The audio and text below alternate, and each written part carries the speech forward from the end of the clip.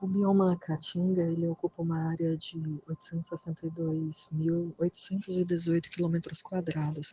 equivalente a mais ou menos 10% do território nacional, de acordo com o IBGE e com a SEMAS. Esse bioma, ele é um único bioma exclusivamente brasileiro e abrigando os estados de Alagoas, Bahia, Ceará, Maranhão, Pernambuco, Paraíba, Rio Grande do Norte, Piauí, Sergipe e uma pequena parte do norte do estado de Minas Gerais. Nele, moram em torno de 27 milhões de pessoas, de acordo com o IBGE, e em torno de 80% dos seus ecossistemas foram alterados, de acordo com o Ministério do Meio Ambiente. A conservação do bioma Caatinga está estritamente ligada ao combate à desertificação, situação que vem sendo intensificada pela ação antrópica com desmatamento e queimadas provenientes das atividades ligadas à agropecuária. Ao se analisar os mapas do INPE de queimadas e desmatamentos na Caatinga, verificou-se que o principal estado no ranking de maior índice de queimadas e desmatamento foi o estado do Ceará. Somado a isso, pesquisando as espécies ameaçadas de extinção do Livro Vermelho da Fauna e da Flora em extinção, verificou-se que grande parte das espécies do Ceará que estavam em alto risco de extinção tinham ocorrência no maciço de Baturité. As espécies sofrem com as mudanças da ocupação do solo, o turismo local e a perda de habitat. Entre as espécies que mais sofrem com as alterações referentes às consequências da agropecuária e turismo está a espécie Atractus roni, conhecida como cobra dos brejos. Portanto, escolheu-se essa região do maciço de Baturité como objeto de estudo, que é uma área de transição, um brejo de altitude com alta relevância para o bioma Caatinga. Essa região ela contém a Serra de Baturité e a região da APA da Serra de Baturité. Em 2025, foi elaborado um plano de ação para a prevenção e controle do desmatamento em que a equipe de analistas ambientais constatam que existe relação entre o avanço do desmatamento e as queimadas, demonstrando que a maior parte das queimadas e incêndios florestais, assim como o desmatamento, não são de competência primária federal, e assumiu-se para enfrentamento das queimadas e desmatamentos deve ser feito com a União, Estado e município, de acordo com o Ministério do Meio Ambiente. Para isso, a, a maior parte dos desmatamentos ocorre em terras com menos de 10 hectares e ocorre por um manejo agrícola não adequado. Para isso, foram idealizados alguns objetivos com a promoção da sociobioeconomia, o manejo florestal sustentável, produto florestal no madeireiro e a recuperação e restauração das áreas desmatadas e degradadas, estímulo de atividades agropecuárias sustentáveis, com o fim de evitar o desmatamento e ampliar a produção de pesquisa e conhecimento. Em nossa análise, o plano de manejo da APA da Serra de Baturité, verificamos que não é suficiente. Em nossa análise, verificou-se que a educação ambiental e o incentivo à agricultura sustentável propostos pelo PP Caatinga não é suficiente para o combate ao desmatamento, pois o avanço sobre a região com a agricultura, juntamente com a mineração e a expansão urbana, vem modificando o espaço e não há controle sobre as queimadas, fiscalização suficiente para conter o uso de defensivos agrícolas, mineração ilegal e problemas advindos da. Bom, para fazer nosso trabalho, a gente escolheu a região do Maciço de Baturité,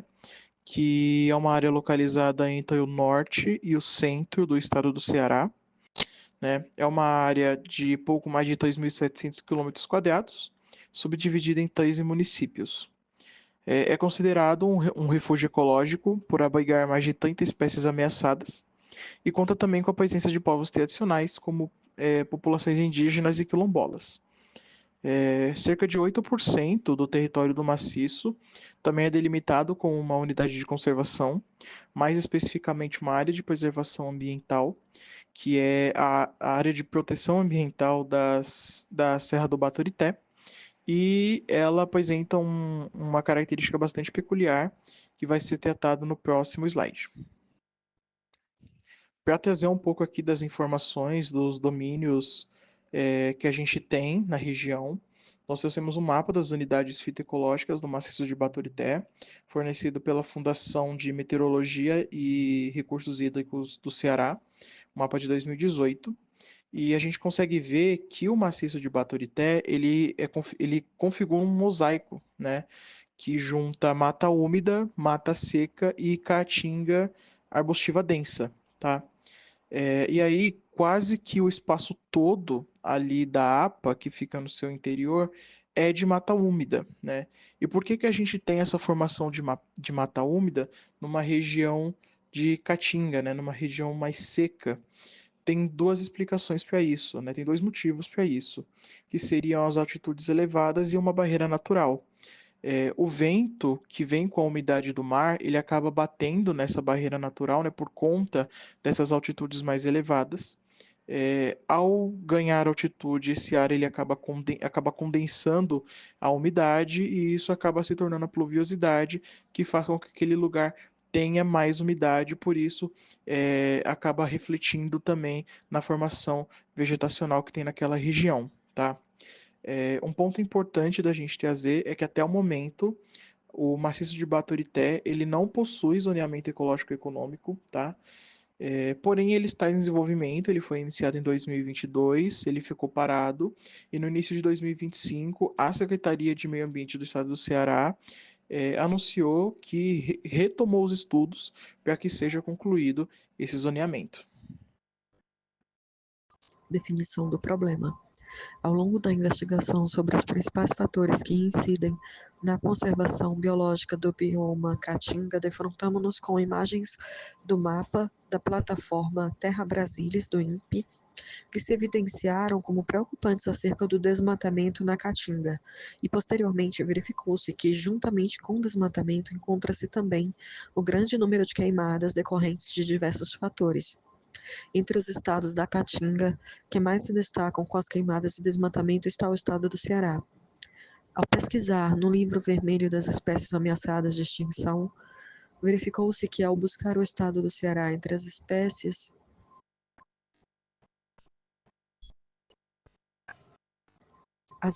ameaçadas de extinção são, em maior parte, provenientes do maciço de Baturité, uma região hotspot que possui a Serra de Baturité, que é um brejo de altitude e que, em sua principal característica geomorfológica, forma um sistema barlavento-sotavento, com as pequenas gotículas do mar se condensando no alto da serra e proporcionando um local de floresta estacional sempre verde submontana e montana, no alto da Serra de Baturité. E na parte seca do sotavento, a floresta estacional decidual submontana e montana.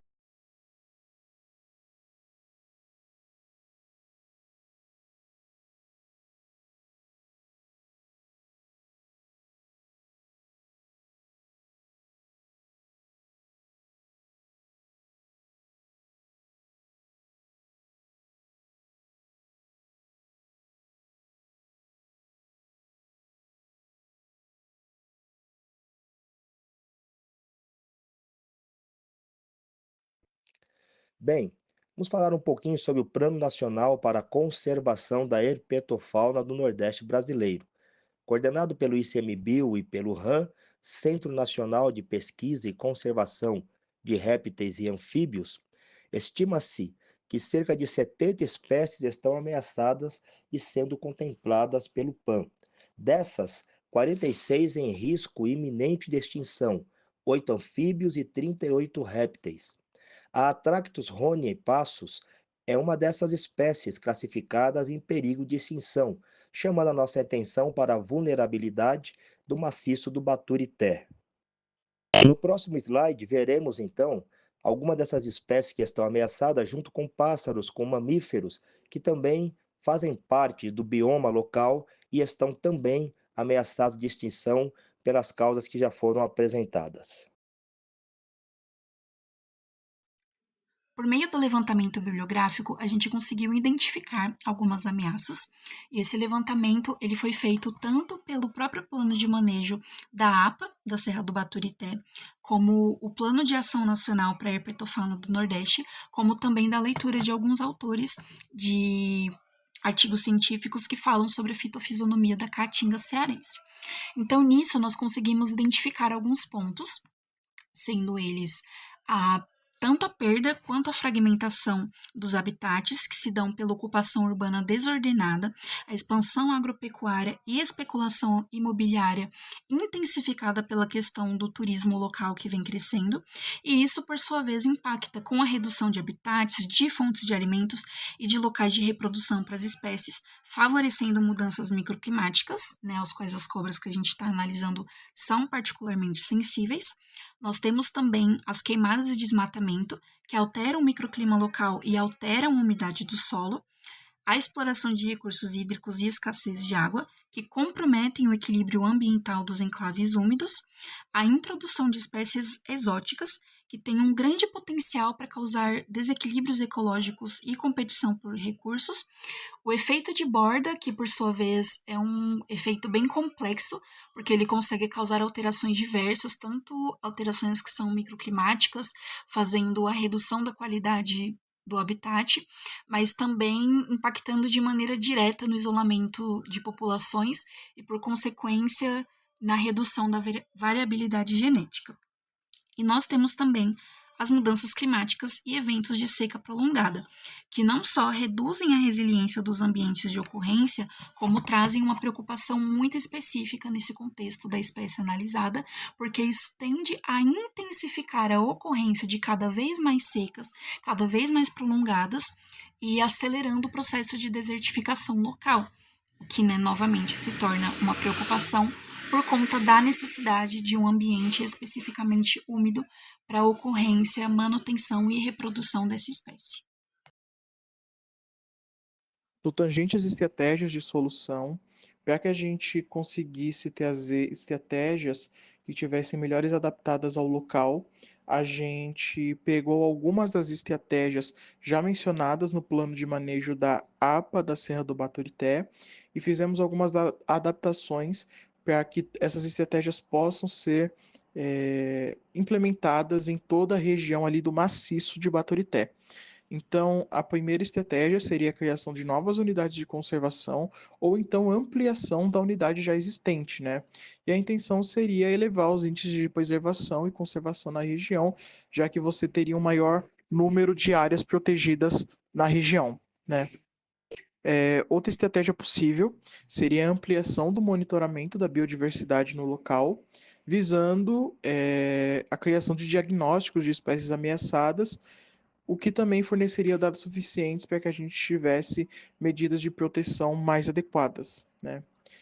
Também é importante que seja realizada a conclusão do zoneamento, para que a gente tenha uma redução das áreas degradadas e também a proteção dos mananciais locais. A implantação de um projeto de educação ambiental, pensando na conscientização sobre a fauna e a flora nativa em escolas, né, fazendo trabalhos de base. A capacitação dos recursos humanos para que seja fortalecido para que sejam fortalecido a parte decisória em relação ao meio ambiente e também a ampliação das instituições, né, para que a gente consiga reduzir também o desmatamento, o tráfico e demais infrações ambientais.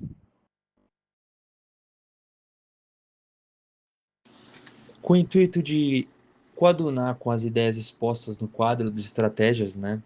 a gente encontra na bibliografia também a ideia exposta por Pinheiro e Silva, né, que é esse maior envolvimento da população local, né? Então, o turismo e educação ambiental podem ser promovidos, né, com essa forma da maximização da renda dos proprietários das RPPNs, né, que são as reservas particulares do patrimônio natural.